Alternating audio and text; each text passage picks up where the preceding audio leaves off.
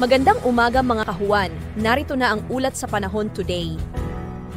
Magandang umaga Pilipinas, narito ang latest sa lagay po ng ating panahon.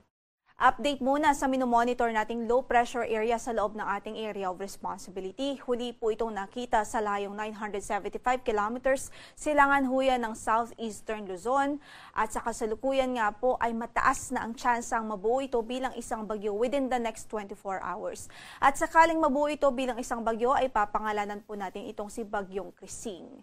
Sa kasalukuyan, itong LPA ay nakakaapekto na po at nagdudulot ng mga pag-ulan sa Bicol Region, sa Eastern Visayas, maging dito po sa Dinagat Islands at Surigao del Norte.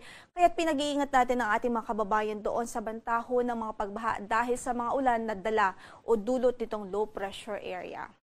Samantala yung habagat o southwest monsoon patuloy pa rin nakakaapekto sa natitirang bahagi ng bansa at magdudulot pa rin ho ito ng generally maulap na panahon at mataas na tsansa ng mga pag-ulan dito sa Metro Manila, Cavite, Laguna, Batangas, Mimaropa Region, sa natitirang bahagi pa ng Visayas at maging sa natitirang bahagi pa ng Mindanao. So kung susumahin po natin, maulap po ang papaurin at mataas ang tsansa ng mga pag-ulan sa malaking bahagi ng bansa dulot ng low pressure area at maging nitong habagat o southwest monsoon. Kaya saan man ang lakad natin sa araw na ito, huwag kong kalimutang magdala ng payong o mga pananggalang sa ulan. Samantala, dahil nga pa rin po sa mga pag-ulan na dulot nitong LPA, again, pinag-iingat po natin ang ating mga kababayan doon sa eastern section ng bansa dahil pa rin nga po sa bantahon ng mga pagbaha dahil sa patuloy na pag-ulan. In-effect pa rin ang ating weather advisory as of 5 a.m. today at posible ang 50 to 100 millimeters of rainfall dito nga po sa Catanduanes, Sorsogon, Northern Samar at Eastern Samar dulot ng low pressure area. Samantala, gayon din, posible din ang 50 to 100 millimeters of rainfall today dito sa Palawan, Antique, maging sa Negros Occidental at Negros Oriental. So itong mga pag-ulan na ito, pwede po itong magdulot ng mga pagbaha sa mga lugar na nabanggit natin, kaya't patuloy natin silang pinag-iingat.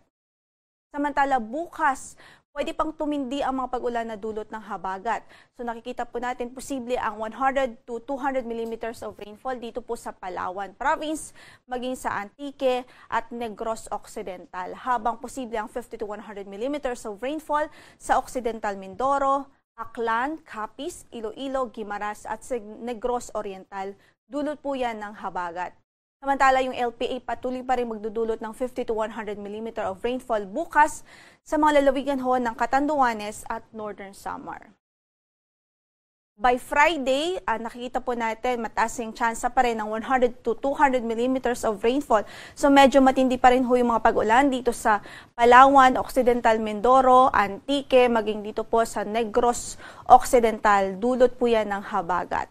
Habang 50 to 100 millimeters of rainfall ang pwedeng maranasan by Friday sa Batanes, Apayao, Cagayan, sa Isabela, Pangasinan, Zambales, Bataan, dito sa Metro Manila, Cavite, Batangas, Oriental Mindoro, Marinduque, Romblon, Aklan, Capiz, Antique, Iloilo, Guimaras at maging sa Negros Oriental. So sa mga kababayan natin, sa mga nabanggit nating lugar, maging handa po tayo dahil nariyan pa rin po ang mga banta ng pagbaha dulot ng mga pag-ulan na ito. Samantala, i-reiterate lang natin ang forecast natin for today. Generally ay magdudulot ng maulap na papaurin at mataas na tsansa ng mga pag-ulan ang habagat dito po sa Metro Manila, Cavite, Batangas, Laguna, maging dito sa Mimaropa Region at natitirang bahagi pa ng Visayas. Dahil naman sa LPA, magiging maulan po sa araw na ito sa Bicol Region. So dito po sa silangang bahagi ng Southern Luzon. Sa natitirang bahagi ng Luzon ay posible ang mga localized thunderstorms o mga pulo-pulong mga pagkilat-pagkulog, lalong-lalo na po sa hapon at gabi. Para sa pagtaya ng ating temperatura sa Metro Manila from 26 to 30 degrees Celsius, 17 to 23 naman sa Baguio City at 24 to 32 sa Lawag City, 25 to 34 naman sa Tuguegarao at 26 to 30 degrees Celsius sa Legazpi City. Sa Tagaytay, 23 to 30 degrees Celsius ang inaasahan nating temperatura sa araw na ito.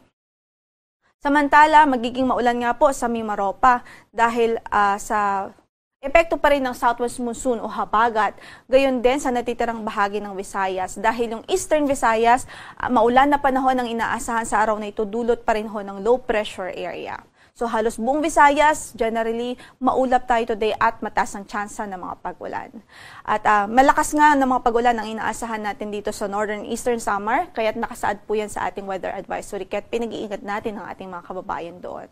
Samantala, dito din sa Dinagat Island, Surigao del Norte, posible ang mga pag-ulan dahil po sa low pressure area. Habang sa natitirang bahagi pa ng Mindanao, ay maulan din ang panahon dahil sa epekto naman ng habagat. Sa forecast naman ng ating temperature sa Cebu City, from 25 to 30 degrees Celsius, 25 to 30 din sa Iloilo, at gayon din sa Tacloban City. Sa Zamboanga naman ay 25 to 31 degrees Celsius, 25 to 30 din sa Puerto Princesa City at Kalayaan Islands. Sa Cagayan de Oro ay 24 to 30 degrees Celsius, habang 24 to 32 degrees Celsius naman po sa Davao City. Wala po tayong gale warning sa kasalukuyan, pero moderate o katamtaman ang magiging pag-alo ng karagatan natin sa northern and western section ng Luzon dahil pa rin po sa habagat. Habang sa natitirang bahagi ng bansa ay banayad hanggang sa katamtaman ng pag-alo ng kondisyon ng ating coastal waters doon. Ingat pa rin sa ating mga manlalayag, especially ho yung mga gumagamit ng maliliit na sasakyang pandagat.